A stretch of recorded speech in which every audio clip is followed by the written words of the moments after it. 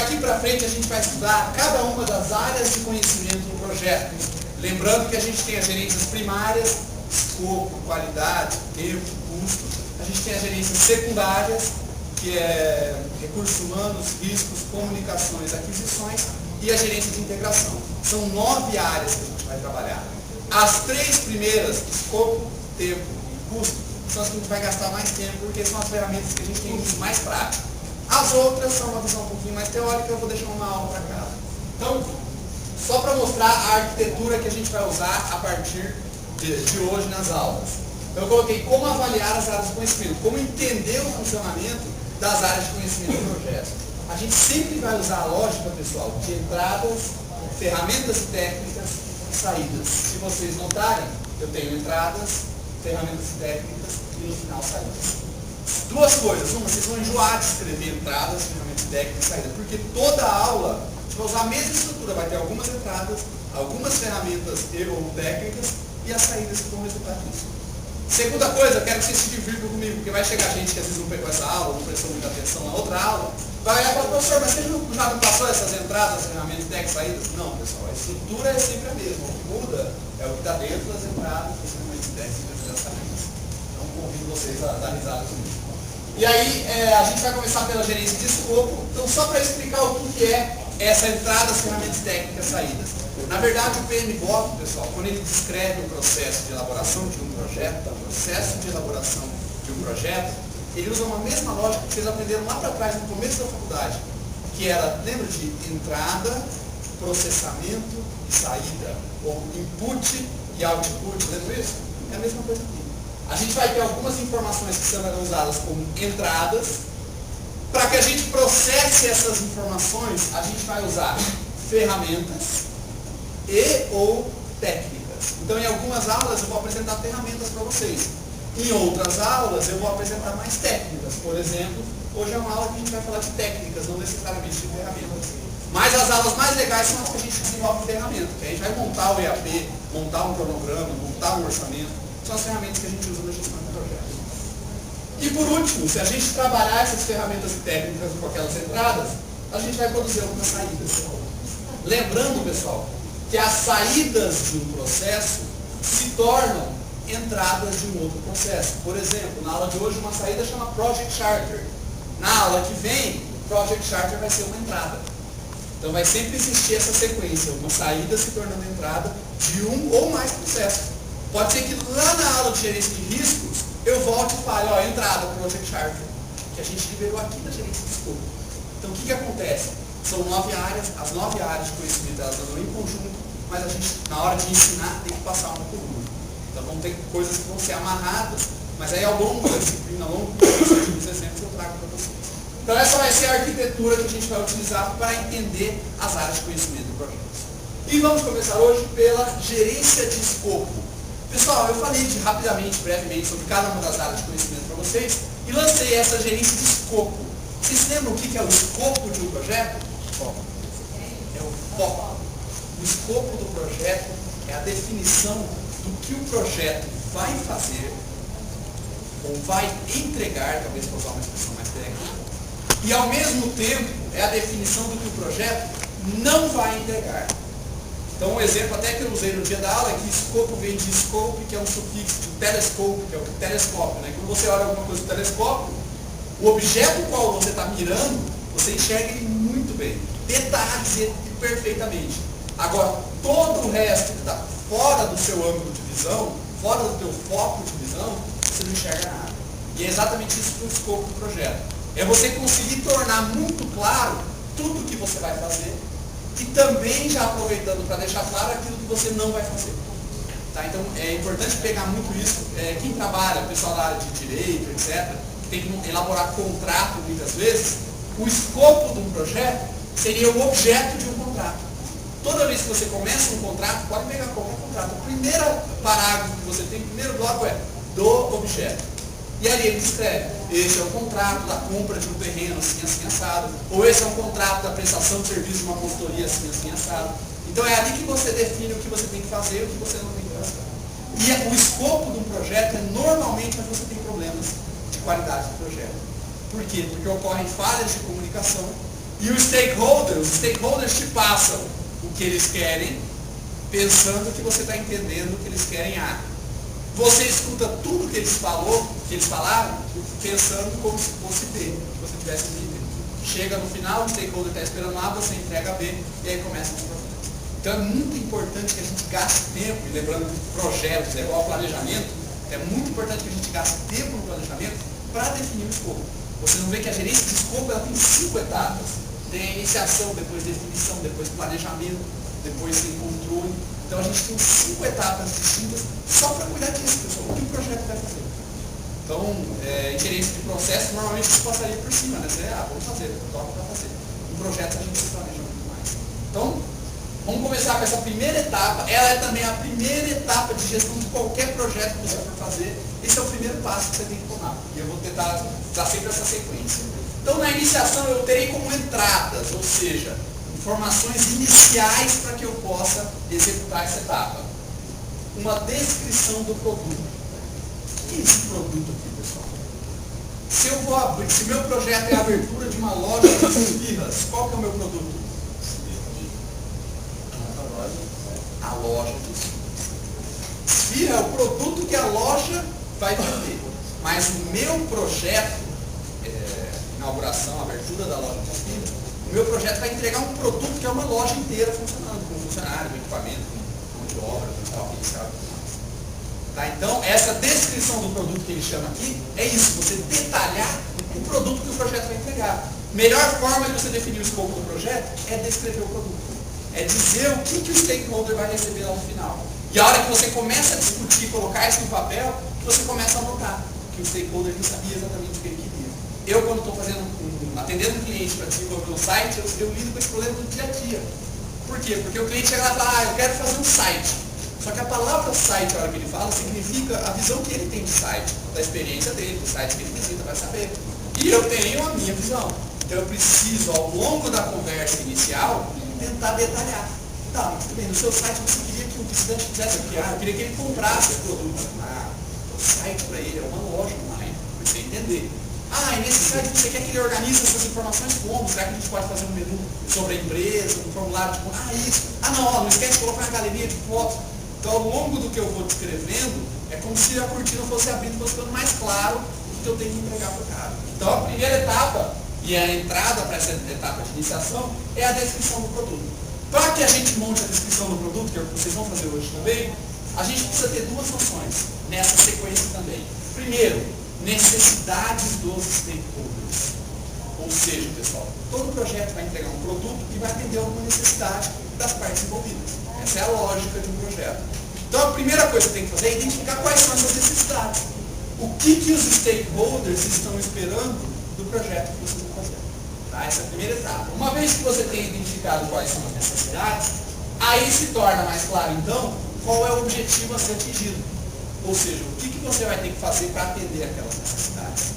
É aumentar o volume de vendas, criar uma loja que ganhe tanto por cento de mercado, para você conseguir transformar isso em conceitos, critérios mais objetivos.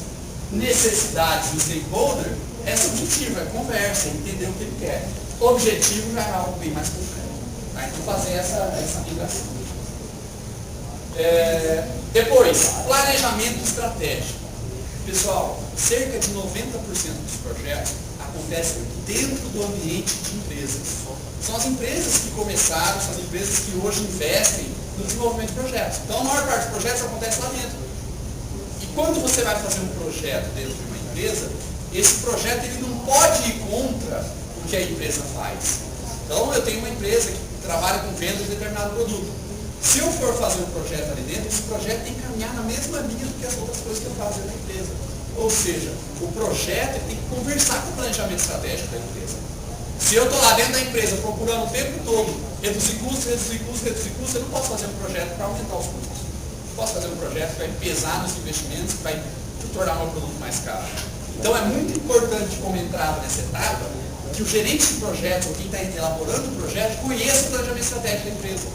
Porque aí você faz as coisas seguindo a linha e seguindo o caminho correto.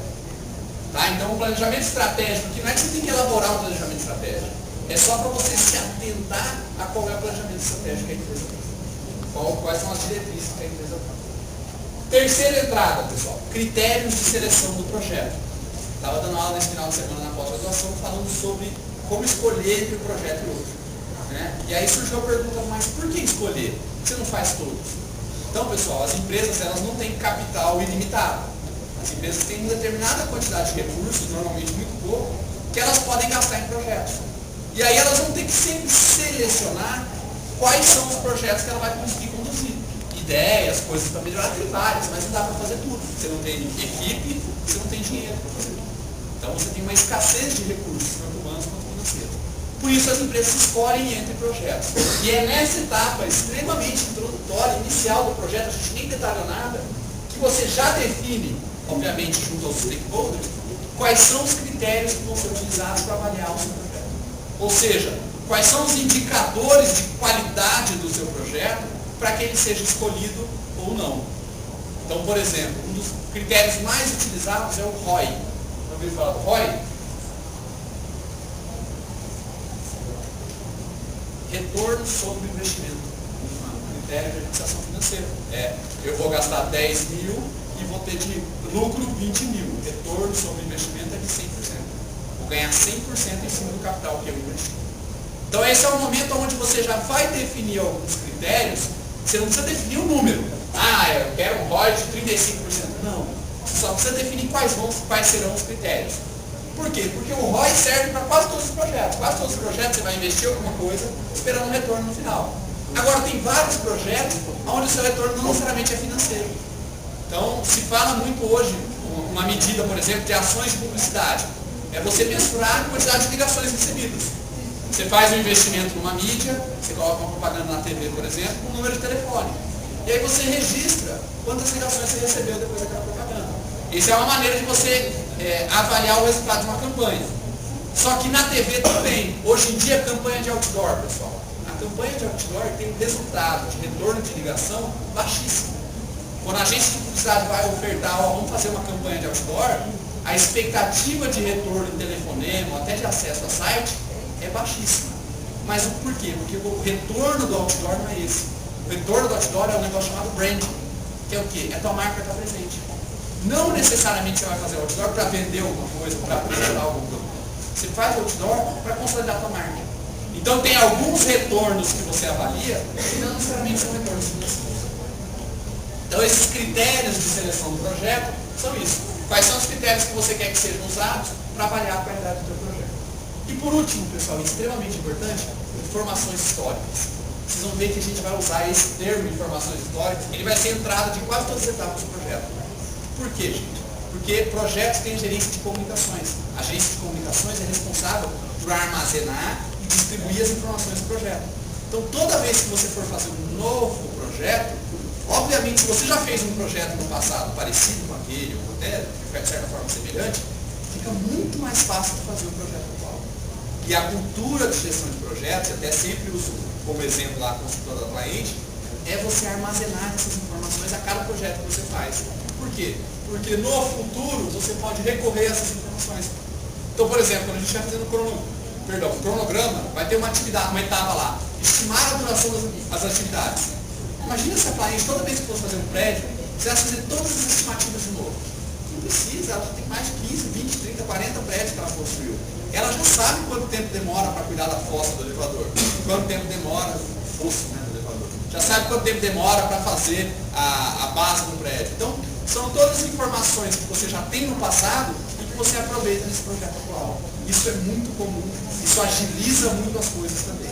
Então, informações históricas vai estar presente em quase todas as etapas. Bom, com estas entradas em mãos, então, descrição do projeto, entender o planejamento estratégico da empresa, saber os critérios que você vai ser avaliado e possíveis informações históricas, a gente vai passar para essas técnicas aqui. Então, como ferramentas e técnicas, no caso hoje aqui só técnicas, a gente vai falar de duas, especialmente, e até fazer um comentário sobre essas técnicas. Primeiro, métodos de seleção do projeto. Então, pessoal, você vai ter aqui descrições de projeto, você vai ter critérios de seleção, mas a empresa vai trabalhar com várias possibilidades de projeto. Várias pessoas dentro da empresa, ou um departamento que gerou vários projetos, e a diretoria, ou quem toma a decisão, tem que escolher o que vai fazer. Ah, é um plano de negócio que eu estou fazendo para mim mesmo. Pô, você pode fazer outra empresa. Como que você vai escolher qual empresa que você quer fazer? Você quer abrir? Você tem lá, tem 30 mil no banco. Qual empresa que eu vou abrir com esse capital? Então você consegue selecionar nessa etapa aqui. Então os métodos de seleção do projeto, a gente tem os modelos comparativos e os modelos matemáticos. Pessoal, aqui o primeiro comentário, até para vocês não se assustarem. Vocês viram que é tudo planejadinho, né? Gerência de projetos, então gerência de escopo, primeira etapa é iniciação, dentro da iniciação entradas, dentro de entrada gestão do produto, dentro disso necessidade de produto. Isso aqui, se você olhar no PMBOK, é tipo assim, capítulo 3, 3.1, 3.1.1, 3.1.1.1, e assim por diante até o final.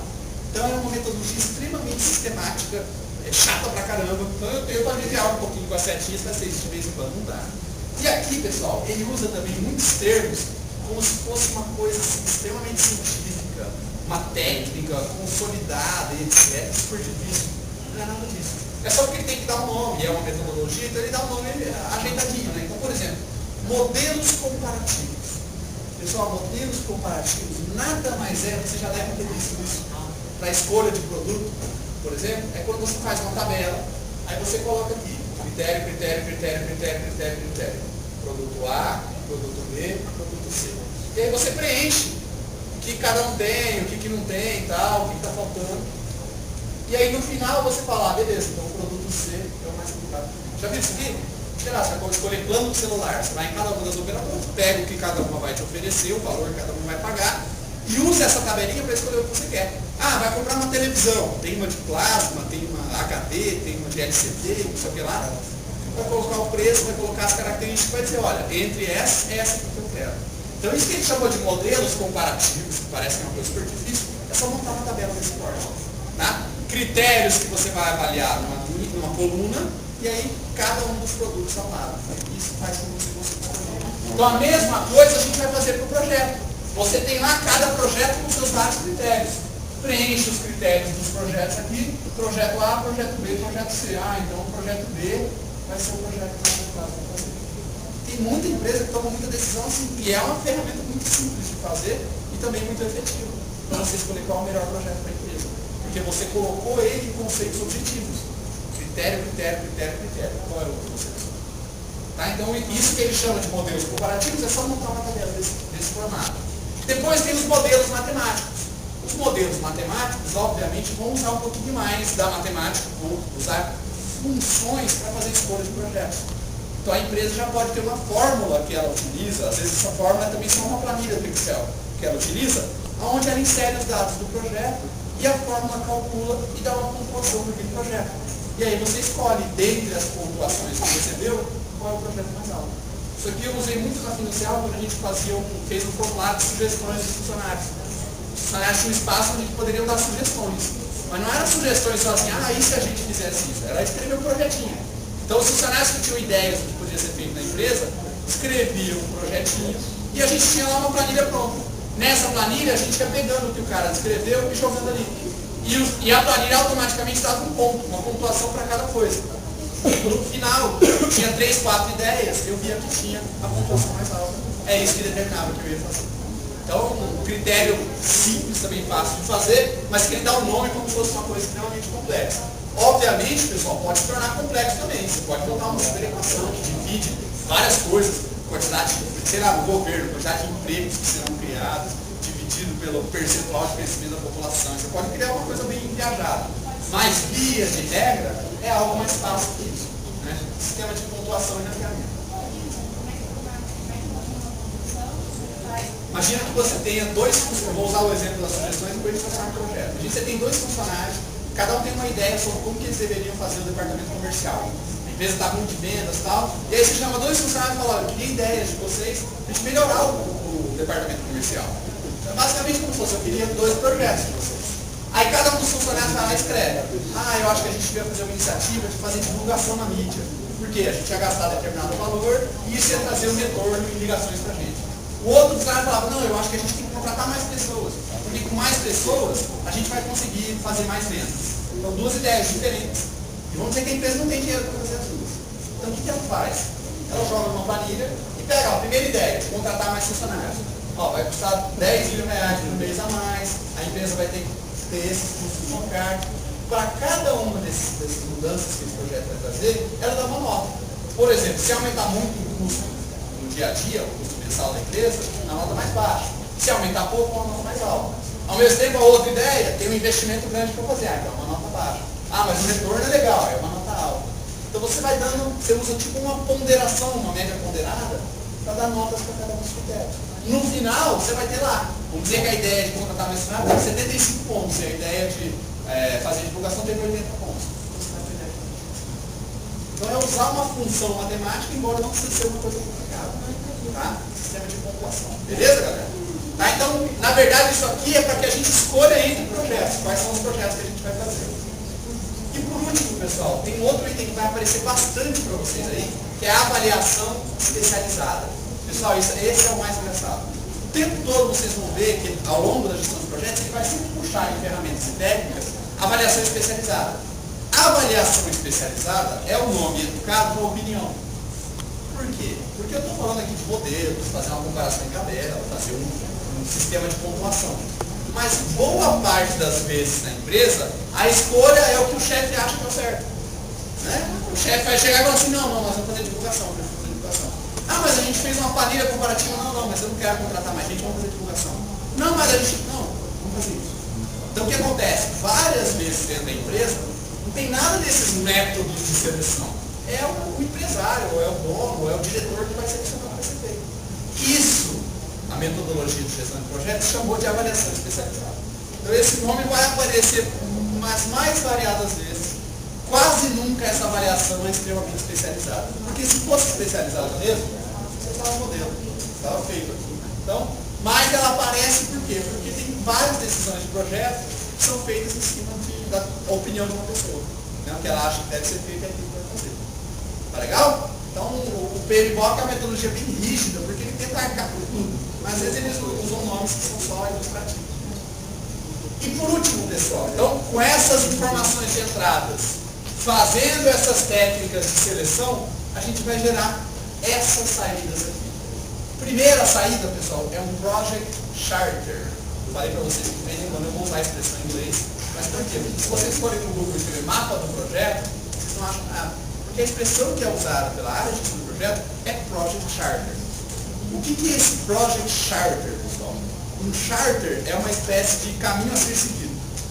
Então eu achei que a melhor tradução dele fosse um mapa. Né? O mapa ele te mostra qual é o caminho que você tem que percorrer. Então o Project Charter é um documento que depois de fazer aquela descrição inicial e passar por esses critérios, você vai ter um overview, uma visão geral do projeto.